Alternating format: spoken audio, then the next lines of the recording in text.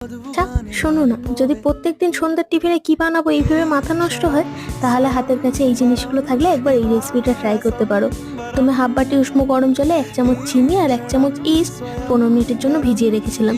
এবার ময়দাতে নুন মাখিয়ে সেই ইস্টটা দিয়ে ভালো করে মেখে এটাকে অল্প একটু বাটার লাগিয়ে আর একবার মেখে ওপর থেকে বাটার লাগিয়ে এটাকে ঢাকা দিয়ে রেখে দেবো ঘন্টা খানেকের জন্য। ততক্ষণ একটু আলুও সেদ্ধ করে নিয়েছি।